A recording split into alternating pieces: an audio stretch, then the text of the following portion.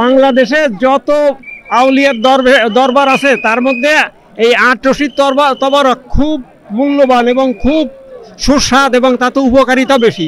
এক নিয়েতে আপনার খুব আল্লাহর পর তোয়াক্কা করে খুব কান্দে কাটিয়ে যে কোনো অসুখের জন্য খাবেন আপনার সেই অসুখ মাফ করে দেবে আল্লাহ।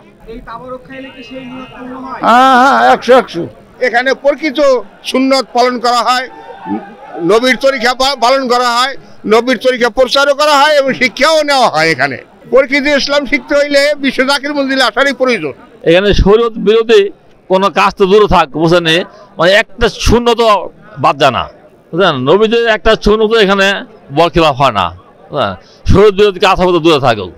এখানে মানুষ আসে, আসা এখানে তারা শরীর সম্বন্ধে জানে, হইগত জানে, মারফত জানে, তরিগত জানে, বুঝলেন, এটা একটা আধ্যাত্মিক প্ল্যাটফর্ম। এখানে যারা না আসছে তারা বুঝতে পারবে এই দরবার সম্বন্ধে, এই দরবার কি, এই দরবারে কি, এটা যারা এখানে না আসছে তারা বুঝতে পারবে না। কত বড় নিয়ম হচ্ছে আমার দাদা হুজুর এখানে পাঠাইছিল, বুঝছেন, আজকে সে আমাদের মাঝে নাই, সে আছে অবশ্যই, কিন্তু তাকে আমরা চোখে দেখতেছি না, বুঝলেন, কারণ আমাদের খাবার মতো জিন্দা হলেই।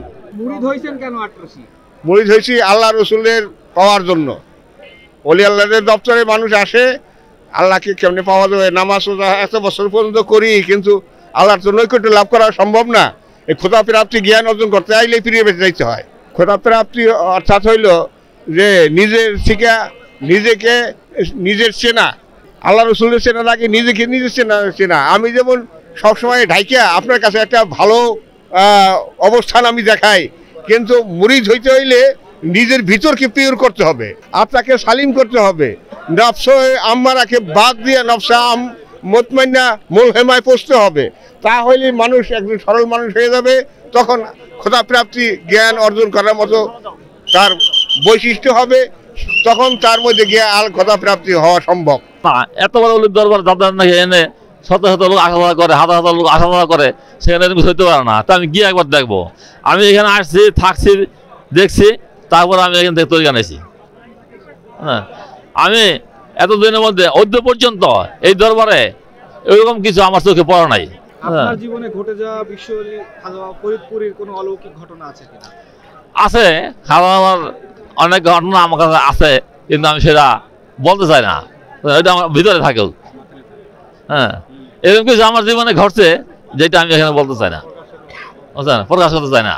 একদিন দুদিন রাতে থাকলে বুঝতে পারবেন যে এখানে কি হয়, এই দরবারে কি হয়।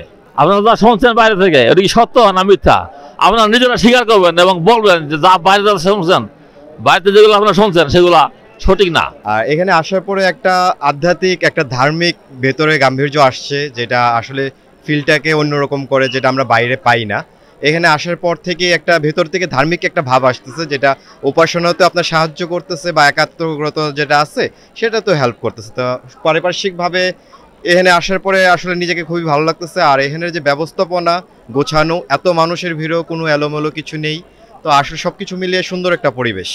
একটা মানুষ বিভিন্ন ধরনের ভাবে বিভিন্নভাবে উপাসনা করে, এটা তার ব্যক্তিগত ভুল হইতে পারে, কিন্তু এখানে আমি যতটুকু ঘুরে দেখছি এমন কিছু নাই যে শরীয়ত বিরোধী। ওরা ওখানে সুন্দর করে লিখে রাখছে যে এখানে আমার সেজদা দেওয়া যাবে না, আর কেউ যদি সেখানে সেজদা দেয় সেটা তার ব্যক্তিগতভাবে তার একটা ভুল কাজ। সেজদা দিলে কি বাধা দেয় এখানে? এখানে আমি এখন পর্যন্ত পুরোপুরি ঘুরিনি, তবে আমি দেখছি সুন্দর করে লেখা আছে যে এগুলা করা যাবে না, যারা তাদের আপনার সাইনেজ দিয়ে রাখছে যে এই ভুলগুলা করা যাবে না।